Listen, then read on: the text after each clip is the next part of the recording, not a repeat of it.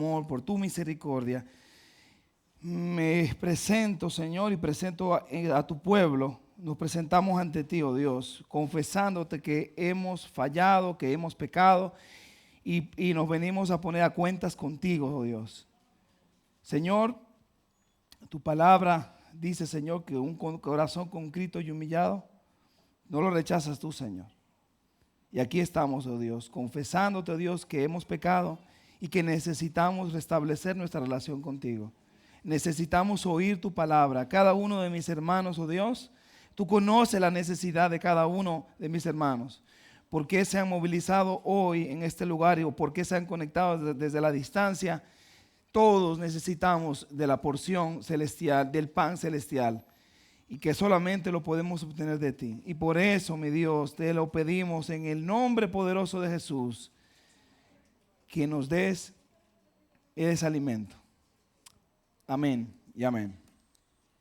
El tema de esta tarde es el proceso de refinamiento divino. El proceso de refinamiento divino. Es verdad que el tema del sufrimiento no es un tema para nada popular. Nunca o muy raro se escuchará, ¿verdad?, en iglesias que hablan de la prosperidad acerca del sufrimiento. El sufrimiento es lo que uno menos quiere escuchar. Nadie quiere escuchar de cosas negativas. Siempre queremos que el clima sea agradable, ¿verdad? Que haya una buena brisa, que haya poquito de calor, pero no tanto, ¿verdad? Y que todo sea bonito, que no hayan tormentas. Pero ¿sabe una cosa? Si usted no está pasando por una tormenta en este momento, es garantizado, sí por sí, va a venir. La tormenta va a venir. Si es que no está pasando por ella. Los problemas van a venir. La escasez va a venir. La enfermedad va a venir y la muerte va a venir. Y el apóstol Pedro le escribe la primera carta, carta de Pedro, habla de eso. El mensaje es eso. Es acerca de la realidad del sufrimiento en la vida del creyente. Cómo nosotros tenemos que estar conscientes de esa realidad. Y cómo Dios quiere trabajar en medio del sufrimiento para hacer de nosotros mejores creyentes. Ese es el método de Dios. Desde un principio, desde que el Señor ascendió, ¿verdad?, y los discípulos se quedaron, Dios envió persecución a través de Saulo de Tarso. Empezó a perseguir la iglesia y la iglesia sufrió mucho por Saulo, que luego pues Saulo se convertiría en Pablo y entonces ya Pablo pasaría de perseguidor a él también ser de los perseguidos.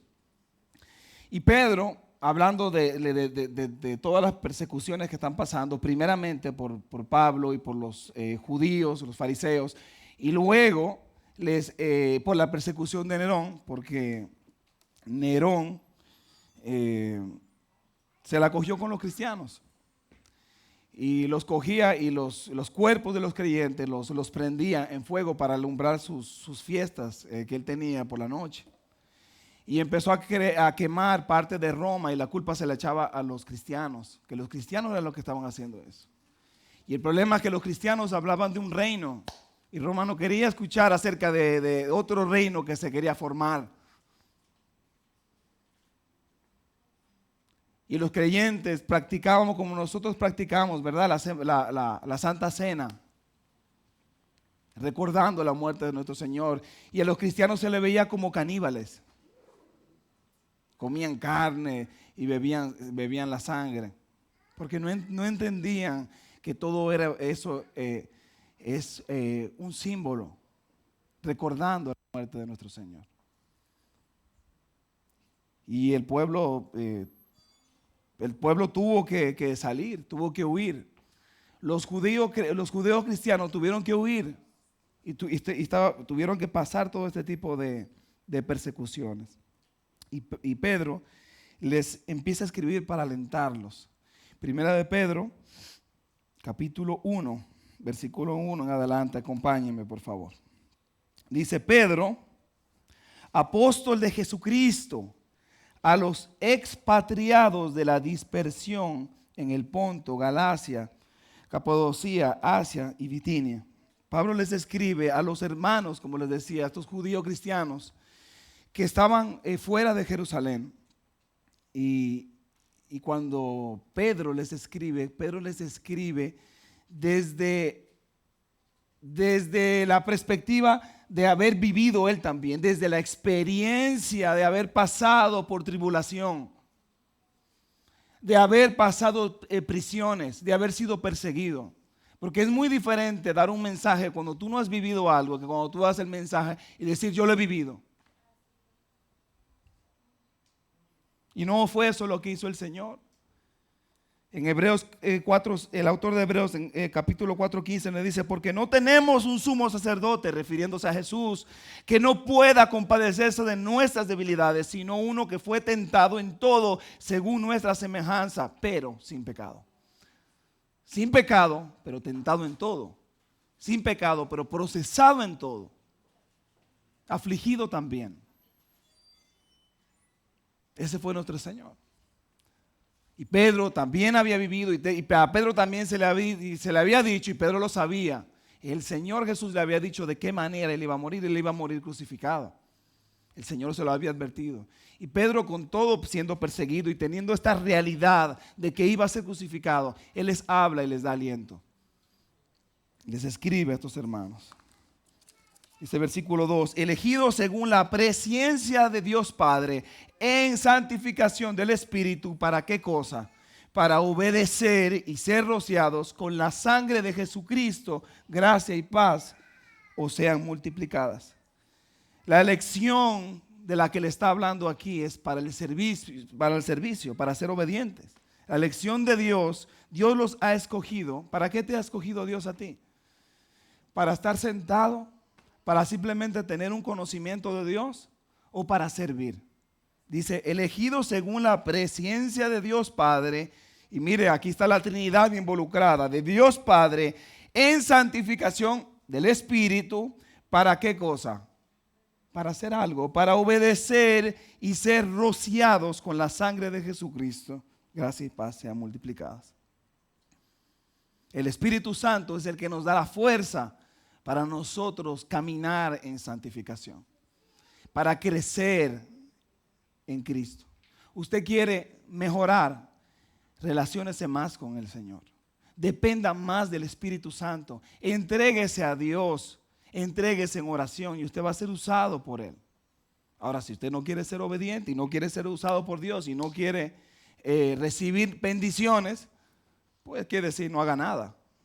Pierda el tiempo en entretenimientos carnales, viva su vida y diga, no, yo soy salvo, no importa. Entonces usted cosechará lo que ha sembrado. Pero Dios no quiere eso de nosotros, sino Él quiere que nosotros entendamos que fuimos elegidos para obedecer. Fuimos elegidos para obedecer, dice, y ser rociados con la sangre de Jesucristo. Cuando Pedro habla de ser rociado por la sangre, eso nos recuerda cuando el pueblo de Israel estaba en Egipto, que empezaron a caerle las plagas porque Faraón no quería dejarlo salir. Y en la última se mató un corderito y se roció sangre, se puso en los linderes de las puertas para que el ángel de la muerte no matara a los primogénitos de Israel. La sangre les cubrió. Cuando Pedro menciona esa sangre, nos recuerda que la sangre del Cordero de Dios, de Jesucristo, es la que nos ha rociado y nos ha dado vida, nos ha salvado de la muerte. Versículo 3, bendito el Dios y Padre de nuestro Señor Jesucristo, que según su grande misericordia nos hizo renacer para una esperanza viva por la resurrección de Jesucristo de los muertos. Usted y yo tenemos esperanza. Todo el que ha creído en Jesucristo tiene una esperanza, pero no una esperanza como un deseo. Yo tengo la esperanza de que hoy no llueva, porque tengo que salir a alguna parte. O tengo la esperanza de que esta noche no se vaya la luz. Eso son esperanzas, pero nada garantiza que no se le vaya la luz.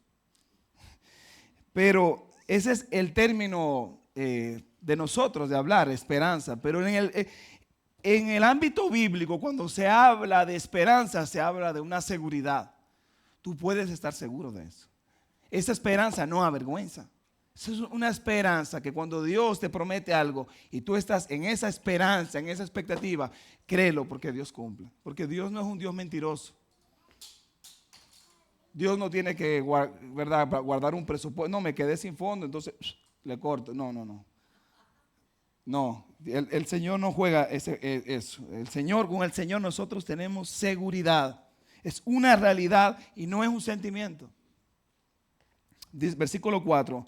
Para una herencia incorruptible, incontaminada e inmarcesible, reservada en los cielos para vosotros. ¿Qué nos espera? Herencia.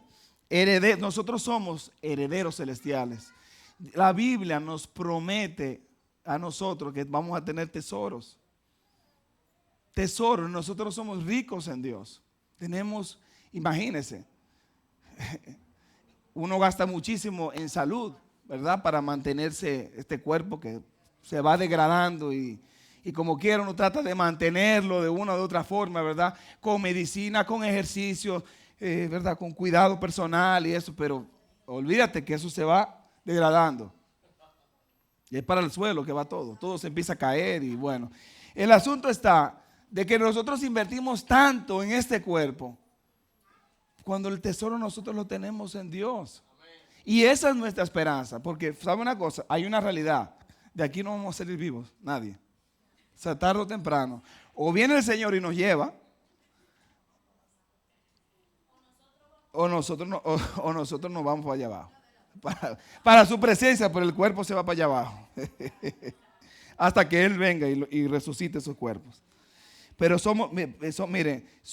dice, nos hizo renacer para una esperanza viva por la resurrección de Jesucristo de los muertos, para una herencia incorruptible. O sea, el hecho de que Jesús resucitó de los muertos nos dice que nosotros que hemos creído en Él también resucitaremos a esa herencia incorruptible, incontaminada, inmarcesible, reservada, o sea que no tiene mancha, sin mancha, reservada en los cielos para vosotros. Jesús dijo, haced tesoros ¿en dónde? En el cielo, haced tesoros en el cielo, donde la polilla y el óxido, y el óxido, no corrompen. Usted puede fabricar una casa lo más bonito que usted quiera, de cualquier material. Si lo hace de hierro, se va a oxidar. Si lo hace de madera, tarde o temprano se va a pudrir, por más que sea de caoba, tarde o temprano. Y si pero yo lo hago de concreto. Bueno, que usted lo haga de concreto, si usted se descuida, bueno, hay que darle mantenimiento, porque usted viene a ver, se va de viaje y vuelve después de un año, fácilmente le sale un árbol por el medio de la casa. Como quiera. Y Jesús dice, tu tesoro, tú puedes ahorrar, puedes planear para el futuro, pero tu tesoro principal está en el cielo. Eso nadie te lo va a quitar. Entonces Dios dice, siembra para lo eterno. Empieza a invertir en las cosas celestiales, que Dios te lo va a pagar. Dios te va a multiplicar. Empecemos a invertir en lo celestial. Empecemos a invertir en las almas. Cuando usted invierte su tiempo en un alma, usted está invirtiendo en algo que es eterno, porque las almas son eternas. Invierta su tiempo en las personas. Dedíquele más tiempo a las personas, a la gente, a su familia, y menos tiempo a usted mismo, porque eso es lo que nos sucede. Nos entretenemos y este mundo está hecho para pensar uno mismo. Empezando con la tecnología y con las modas, y uno se enfoca tanto en uno mismo. Pero Dios quiere que nosotros nos enfoquemos en el cielo, que hagamos tesoros allá arriba. Tesoros en el cielo y no en la tierra. Donde los ladrones, ¿verdad? Donde minan, entran y roban y hurtan. Nuestra herencia está en el cielo. Versículo 5. Para que seáis guardados por el poder de Dios mediante la fe para alcanzar la salvación que está preparada para ser manifestada en el tiempo postrero. Tenemos herencia y también somos guardados por el poder de Dios. Usted está guardado por el poder de Dios. Tiene que descansar en esa seguridad. Ahora, ¿cree usted realmente que está guardado por el poder de Dios? ¿Cree usted realmente? ¿Cree usted realmente? ¿Se siente seguro? ¿O los problemas de la vida lo están sacudiendo? ¿Dónde ha depositado su confianza? ¿En dónde tengo yo mi confianza? ¿Dónde está mi fe? Versículo 6, en lo cual vosotros os alegráis en esa esperanza de que el Señor va a venir. Aunque ahora, por un poco de tiempo, si es necesario, tengáis que ser afligidos en diversas pruebas. Jesús les dijo a sus discípulos en Juan 16, les dijo estas cosas, os he hablado para que en mí tengáis paz. Paz. Siempre he dicho que usted puede comprar muchas cosas. Usted puede comprar cosas que le van a entretener. El mundo da muchas cosas, pero algo que no tiene el mundo, que nunca te va a dar, porque nadie puede darte, nadie te puede dar lo que no tienes, paz. Y sin paz no vas a poder dormir bien, a menos que te bebas una pastillita o te entretengas con alcohol o con alguna cosa. Pero eso lo que hace es que estás cavando más para abajo y te estás hundiendo más. Pero la verdadera paz solamente la puede dar Jesús. La Biblia habla de una paz que sobrepasa todo entendimiento. O sea, es una paz que tú dices, pero no es inexplicable esto. Tú dices, yo no puedo. Entonces, si te sientes afligido por problemas y circunstancias que estás atravesando, agárrate de esa paz. Porque por tus fuerzas, no importa lo que hagas, no la vas a encontrar. No importa lo mucho que te esfuerces por tratar de que practiques meditación, yoga o que tengas tu cuenta bancaria al 100%, nada de eso te va a dar paz. Busca la paz en el Señor Jesucristo. ¿Sabe cómo se empieza? De rodillas. Señor, yo te necesito. Yo te necesito. Pero somos tan orgullosos que yo no sé, es una batalla tan fuerte de humillarse delante de Dios. Cuesta tanto humillarnos delante de Dios y reconocer, yo no puedo sin ti, Señor. No puedo cargar con este peso. Dígaselo, que con Él las cargas van más ligeras. Así es. Segunda de Timoteo 3:12 dice, y también todos los que quieran vivir piadosamente en Cristo Jesús padecerán persecución. Definitivamente, tú quieres hacer lo correcto, vas a ser perseguido. Pero el premio de estar con Jesús es muchísimo mayor que la persecución. No se compara. Lo que tenemos en Jesús no se compara. No se compara. Estos hombres de Dios estaban dispuestos a dar su vida y la dieron. La dieron con muertes violentas, con terribles muertes, porque sabían que en Jesús, con Jesús, lo tenían todo, y sin Jesús no tenían nada.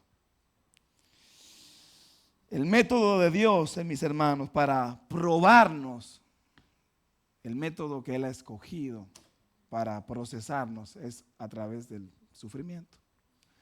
Esos métodos no los inventamos nosotros. Ese método está en la Biblia. Nadie quiere pasar por el dolor. Pero posiblemente lo que estás pasando, si es que estás pasando alguna situación y te estás cuestionando por qué, probablemente Dios quiera hacer de ti una mejor persona. Y hay cosas que Dios permite que nosotros pasemos para acercarnos más a Él. Hay cosas que Dios permite que atravesemos que nos van a hacer mejores personas, mejor. Él va a sacar, nos va a trabajar, ¿verdad? Para hacer de nosotros brillar más. Brillar más. Segunda de Corintios 4, 17 y 18 dice, porque esta leve tribulación momentánea, está escribiendo el apóstol Pablo, produce en nosotros un cada vez más excelente y eterno peso de gloria. Pablo está apuntando a lo celestial. Pablo dice, hay algo mayor que está. Tú ves esa tribulación que estamos pasando. Hay algo mayor detrás del problema.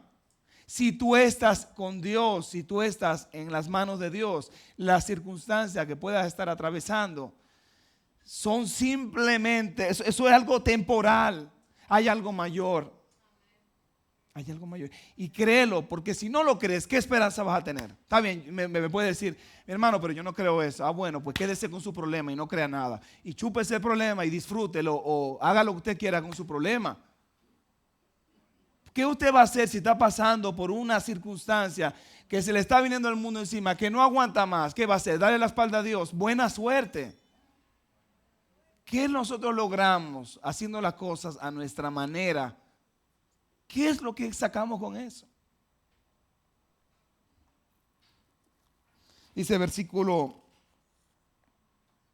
estaba leyendo 2 Corintios 4, 17 y 18, porque esta leve tribulación momentánea produce en nosotros un cada vez más excelente y eterno peso de gloria. 18, no mirando nosotros las cosas que se ven, sino las que no se ven, pues las cosas que se ven son temporales, pero las que no se ven son eternas. Todo es temporal.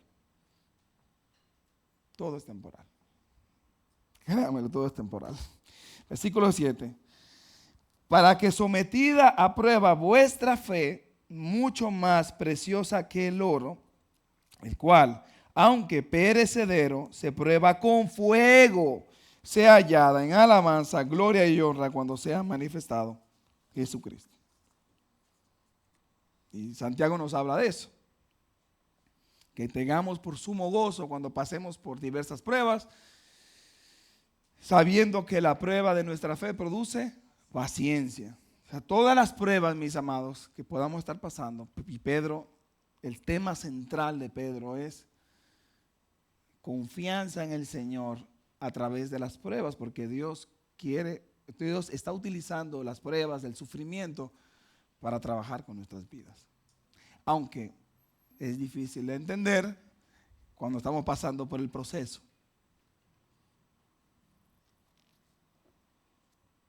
Dice el mismo versículo 7, para que sometida a prueba vuestra fe, dice mucho más preciosa que el oro. Nuestra fe es más preciosa que el oro.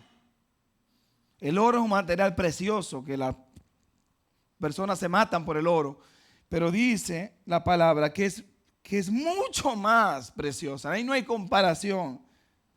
Mucho más que el oro. Dice, el cual, aunque perecedero, se prueba con fuego, sea hallada en alabanza, gloria y honra cuando sea manifestado Jesucristo. El fuego le hace al oro lo que las pruebas le hacen a tu fe. El fuego le hace al oro lo que las pruebas, las circunstancias, las aflicciones le hacen a tu fe. Te purifican. Te purifican. Versículo 8. A quien amáis, hablando de Jesús, sin haberle visto, en quien creyendo, aunque ahora no lo veáis, os alegráis con gozo inefable y glorioso. Estos hermanos que se encontraban en la diáspora no habían caminado con Jesús, pero lo amaban. Usted no ha caminado con Jesús. ¿Y por qué usted lo ama? Porque usted ha creído en Él por su palabra. Recuerde eso. Recuerde el amor de Dios. Usted no tuvo que haber caminado con Jesús para amarlo. Lo que sí tiene que caminar ahora, espiritualmente con Él. Pero físicamente no tuvo que estar ahí para sentir ese mismo amor por Él. Porque esto es por fe y no por vista. Versículo 9, obteniendo el fin de vuestra fe, que es la salvación de vuestras almas, el final de nuestra fe. es la salvación de las almas. El versículo 10 y 11 dice: los profetas que profetizaron de la gracia destinada a vosotros inquirieron y diligentemente indagaron acerca de esta salvación, escudriñando qué persona y qué tiempo indicaba el Espíritu de Cristo que estaba en ellos, el cual anunciaba de antemano los sufrimientos de Cristo y las glorias que vendrían tras ellos. Los profetas del Antiguo Testamento recibieron revelaciones del Mesías, pero muchas veces no las podían entender porque decían: espérate, pero Dios me está diciendo que el Mesías iba a sufrir. Y luego Dios me revela de nuevo y me dice que el Mesías iba a estar reinando en gloria. ¿Cómo es? ¿Iba a sufrir o iba a reinar en gloria? ¿Cuál de las dos? Y para ellos eso era difícil. Daniel, al final del capítulo 12 de Daniel le pregunta al Señor y le dice: oye, revélame cuándo van a suceder todas estas cosas, porque no era para el tiempo de Daniel, pero Daniel quería saber, porque Dios le estaba revelando mucho al profeta Daniel. Y el Señor le dice: no es para ti saber, cierra el libro. Como quien dice: anda, le dice, como olvídate de eso, Daniel. Y esos profetas no tenían las cosas tan claras referente al Mesías. Nosotros sí.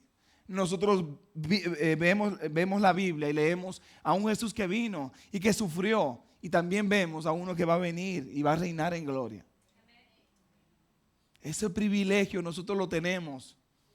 Ese privilegio que no lo tenían los profetas de antes. Los profetas que profetizaron de la gracia destinada a vosotros inquirieron y diligentemente indagaron de todo eso. Somos privilegiados. Versículo 12 dice: a esto se les reveló que no para sí mismos, sino para nosotros. Recuérdense que Pedro está hablando ya en el tiempo, ya Jesucristo ya murió, resucitó, fue ascendido. Ya estamos hablando por los años 64 aproximadamente, después del nacimiento de Cristo. Ya han pasado unos años, ¿verdad? A esto se les reveló que no para sí mismos, sino para nosotros, administraban las cosas que ahora os son anunciadas por los que os han predicado el Evangelio por el Espíritu Santo enviado del cielo, cosas en las cuales anhelan mirar los ángeles. Los profetas sabían, ellos entendían, claro, no es nuestro tiempo, no es para nuestro tiempo, ellos lo sabían. No era el tiempo de ellos entender las cosas. Pero ahora sí, ahora nosotros podemos vivirlo, nosotros tenemos ahora una experiencia de lo que ha ocurrido. Hemos leído su palabra, lo que nos han testificado, lo que vivieron todos estos hombres en el Nuevo Testamento. Que Jesús vino, que murió y resucitó por nuestros pecados, que nos dio vida. Y dice que todas esas maravillas, este mensaje glorioso de la salvación, el mensaje es un mensaje maravilloso. Usted sabe lo que es recibir la vida eterna solamente por el hecho de creer en Jesús. Eso es algo maravilloso. Usted cree en Jesús y en ese momento tiene vida y vida en abundancia. Y dice Pedro, le dice, cosas en las cuales anhelan mirar los ángeles. Los ángeles anhelan ser parte de esto. Los ángeles anhelan predicar el Evangelio. Imagínense, los ángeles, conociendo la gloria de Dios, tienen que estar con esos deseos, ¿verdad?, tan grandes de compartirnos a nosotros nuestra necesidad de Él. Que el mundo se está perdiendo. Dice, por tanto, o sea, ya Pedro les explica todo esto. Y ahora le dice, ok, ¿qué vamos a hacer al respecto? Le dice, por tanto, ¿qué vamos a hacer? Ceñid los lomos de vuestro entendimiento, sed sobrios y esperar por completo en la gracia que os traerá cuando Jesucristo sea manifestado. Dice, cuando dice ceñid vuestros lomos, el lomo es la espalda. Es que la vestimenta tenía que acomodársela. Con el cinturón, amarrársela, cíñete. Y le dice, cíñete, pero dice, ¿los lomos de qué cosa? Del entendimiento. dispongan su mente, sean sobrios, sobrios de lo opuesto a ebrios, sed sobrios, tengan dominio propio. El ebrio no tiene dominio propio. Ten dominio propio. Por tanto, ceñid vuestro lomo de vuestro entendimiento, sed sobrios, tengan dominio propio, esperen por completo en la gracia que os traerá cuando Jesucristo sea manifestado. Esperen al Señor. Mientras esperamos en el Señor, mi vida tiene que ser llevada de una manera sobria, no como el mundo. Toda la palabra que se predica semana tras semana, varias veces a la semana, todo lo que se comparte, ¿para qué está? ¿Hasta cuándo voy a venir y voy a seguir simplemente escuchando y viviendo como que sin nada? Ceñid los lomos, ajustense, ajusta tu pensamiento. Versículo 14, como hijos obedientes, no os conforméis a los deseos que antes teníais, estando en vuestra ignorancia. En ese tiempo de ignorancia, pensabas diferente. Pero ahora, como un hijo obediente de Dios, se espera de que no sigas viviendo de esa manera. No os conforméis a los deseos que antes tenías. Esos deseos, ya hay que decirle que no, porque estás en Cristo. Y hay que luchar con estos sentimientos. La carne quiere controlarme. El viejo hombre me quiere decir, no, pero eso no está tan malo. Pero Dios me dice, sí está malo, y sí tengo que cambiar, y sí tengo que ser obediente. Y voy a tropezar, y me voy a caer. Pero me tengo que levantar. ¿No se ha dado cuenta que cuando empieza usted a querer hacer las cosas bien, algo sucede y pierde el control y da un grito en la casa? O está manejando, ¿verdad? Y pierde el que se enoja por algo, hermano. Miren, cuando queremos hacer las cosas bien es cuando más somos atacados. Empezando por mi vieja naturaleza, ¿verdad? El viejo hombre que está ahí, que quiere salir y se lo estoy frenando, él quiere salir. Y también por los que me rodean. Hermano, si usted se propuso en su corazón hacer lo correcto y sale de aquí con ese sentimiento y pasa algo y usted por X o por Y pierde el control, pídale perdón a Dios y continúe. Es como el que está siguiendo una dieta. Si usted se está siguiendo una dieta firme, ¿verdad? Porque un día rompió la dieta, ya usted va a dejar todo que se pierda. No, pues usted va a decir, ok, yo fallé ahora, pero voy a continuar. Usted falla, pídale perdón a Dios, que Dios es amplio en perdonar. Usted no va a poder hacer, ¿verdad? Usted no va a poder estar nunca sin pecado. Perfecto, así. Eso es lo que anhelamos y eso es lo que tenemos que apuntar. Pero, hermanos, si usted falla, pídale perdón a Dios y vuelva. Sale del camino, Señor, perdóname, y vuelva y siga en el camino. Bien, dice, como hijos obedientes, no os conforméis a los deseos que antes tenías, estando en vuestra ignorancia, ya no están en ignorancia, sino que como aquel que os llamó es santo, sed también vosotros santos en toda vuestra manera de vivir, porque escrito está, sed santos, porque yo soy santo. Así como Dios es diferente a nosotros, como Dios es santo, como Dios es bueno, Dios es puro, Dios dice, yo quiero que ustedes sean como yo. Imiten, sean imitadores, dice Pablo, de Dios. Imitemos a Dios. Lo que pasa es que lo que hace a Dios distinto de nosotros es que Él es santo. Y lo que nos va a hacer a nosotros distintos del mundo es la santidad. O sea, mientras más te acercas a la santidad, más te vas a distinguir del mundo. O sea, entonces procura ser santo como el Señor y te vas a distinguir del mundo. Y fíjese, si uno trata de agradar a la otra persona, y ayer se estaban comprando flores para agradar, ¿verdad? Imagínese cómo Dios se siente cuando usted hace las cosas con la intención de agradarlo a Él. Señor, mira, nadie me está viendo y estoy sentado mirando esta pantalla. ¿Qué puedo hacer? ¿Me puedo quedar ahí y yo sé que Dios me está viendo? ¿O simplemente lo paso? Paso rápidamente. Aunque hay una lucha dentro de mí, pasa la página. Pase la página del pecado, pásala. No te quedes ahí, pásala. Corre. Y Dios se va a sentir agradado. Entonces, ese es mi hijo. Bien hecho, mi hijo. Eso es bien hecho, mi hijo. Versículo 17 dice: y si invocáis por Padre a aquel que sin acepción de personas, Él no hace acepción de personas, juzga según la obra de cada uno, hablando de creyentes, conducidos en temor todo el tiempo de vuestra peregrinación.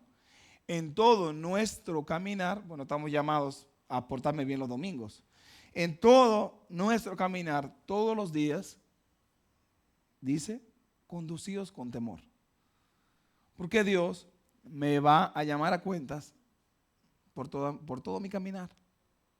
Por todo mi caminar me va a llamar a cuentas el Señor. Por eso digo, si lo hemos hecho mal, vamos a pedirle perdón a Dios y vamos a empezar a sembrar. Usted antes sembró cosas malas, empieza a sembrar cosas buenas. Que lo va a cosechar. Dice, sabiendo que fuiste rescatados de vuestra vana manera de vivir, de esa vacía forma de vivir, la cual recibisteis de vuestros padres, no con cosas corruptibles como oro o plata, sino con la sangre preciosa de Cristo, como un cordero sin mancha y sin contaminación. Miren, dice, sabiendo que fuiste rescatado de vuestra manera vuestra vana manera de vivir. Pedro les está hablando a estos judíos cristianos y le dice que Dios los ha rescatado. ¿Y qué método fue el que utilizó Dios para rescatarlos de esas costumbres y de esa vana manera de vivir? La persecución. Tuvieron que ser perseguidos y salieron de Jerusalén. Y Dios utiliza el método que utiliza. A veces Dios nos saca, nos separa y Dios mueve cosas. Y Dios, mire, yo estoy aquí en un país que nunca pensé vivir aquí. Y Dios es el que sabe dónde lleva. Y aquí dice, Él los sacó a ellos de su tierra. Y los sacó para rescatarlos. Los sacó para que se separasen de esa tradición, de esas costumbres que tenían. Y dice, sabiendo que fuiste rescatados de vuestra vana manera de vivir, la cual recibisteis de vuestros padres, no con cosas corruptibles como oro con plata, sino como fueron rescatados con la sangre preciosa de Cristo, como un cordero, sin mancha y sin contaminación. Y nosotros, de la misma manera, hemos sido salvos del mundo a través de Cristo. Versículo 20. Ya destinado desde antes de la fundación del mundo, pero manifestado en los posteriores tiempos por amor de vosotros. Ese fue el plan de Dios desde el principio, que Jesús iba a venir por nosotros, iba a dar su vida por nosotros. Dice versículo 21, y mediante el cual creísteis en Dios, quien le resucitó de los muertos y le ha dado gloria, para que vuestra fe y esperanza sean en Dios. Tenemos fe y tenemos esperanza en Dios por lo que Cristo hizo. Versículo 22. Habiendo purificado vuestras almas por la obediencia a la verdad, miren esto, mediante el Espíritu, para el amor fraternal no fingido, amaos unos a otros entrañablemente de corazón puro. Al creer en nosotros, en el Evangelio y ser convertidos, nuestras almas han sido limpias. Dios nos ha limpiado. ¿Con qué cosa nos ha limpiado? ¿Con la obediencia a qué? A la verdad. ¿Y dónde está la verdad? en su palabra. Su palabra es poderosa para limpiarnos. Debe de creerlo. Anoche me acosté pensando en eso. Yo decía, pero qué tan poderosa es la palabra. De verdad, yo decía, yo me acosté y pensaba, yo decía, o sea, yo estaba maravillado pensando en esto y decía, qué maravillosa y qué poderosa es la palabra. Es increíble lo que puede hacer en nosotros. La palabra tiene el poder de transformarnos por completo. Todos tus pensamientos, todo. Dice, para el amor, mediante el Espíritu, para el amor fraternal, para el amor entre hermanos. Y dice, no fingido. El amor no fingido. Y no podemos, bueno, no debemos nosotros amar solamente cuando las cosas van bien. Cuando las cosas también no salen bien, tenemos que demostrar amor. ¿Dónde está el amor? De verdad, ¿dónde está el amor? Si solamente yo amo cuando me hacen el bien. Y cuando alguien hace algo malo, o cuando me hacen el mal. Jesús dijo, amar a vuestros enemigos. Dice que ores por ellos y los bendigas. No dice, lo maldigo, que se muera, que le caiga el edificio encima. No, eso no lo dice el Señor. Eso lo dice la carne. Eso lo dice el pecado. Aunque yo no tenga el sentimiento de perdonar, yo tengo que decirle, Señor, tú me mandas a perdonar, yo lo perdono, yo lo amo. Dice, siendo renacidos, no de simiente corruptible, sino de incorruptible. ¿Por qué cosa? Nuevamente, por la palabra de Dios que vive y permanece para siempre. La palabra permanece para siempre. Y esa es la palabra que nos ha hecho renacer. Esa es mediante la palabra que hemos llegado a creer en Jesucristo. Es la palabra que nos transforma, es la palabra que nos hace mejores personas. Oye, la palabra es maravillosa. La palabra tiene un poder sobrenatural. Es increíble. Dice el versículo 24, porque toda carne es como hierba. Nos vamos a ir tarde o temprano, ¿verdad? Dice, y toda la gloria del hombre como flor de la hierba. La hierba se seca y la flor se cae. Y el hombre también se seca y se cae. Dice, mas la palabra del Señor permanece para siempre. Y esta es la palabra que por el Evangelio os ha sido anunciada. Usted está, yo no sé, yo quedé tan maravillado con esta palabra. Yo decía, mas la palabra del Señor permanece para siempre.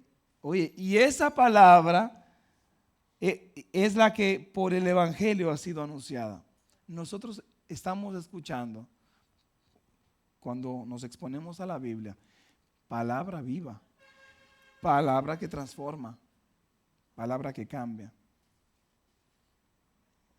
¿Lo creemos? Debe de creerlo. Debemos creerlo. Porque no hay nada como la Biblia. No hay nada más maravilloso que la palabra de Dios.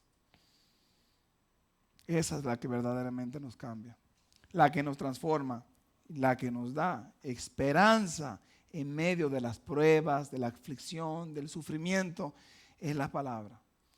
Abracemos la palabra de Dios. Volvamos a la palabra de Dios. Olvídese lo que dicen. Hay mucha gente hablando de disparate. Por favor, muchos videos que te dan, saque su tiempo. Y pídale al Señor en oración, Señor, yo quiero depender más de ti.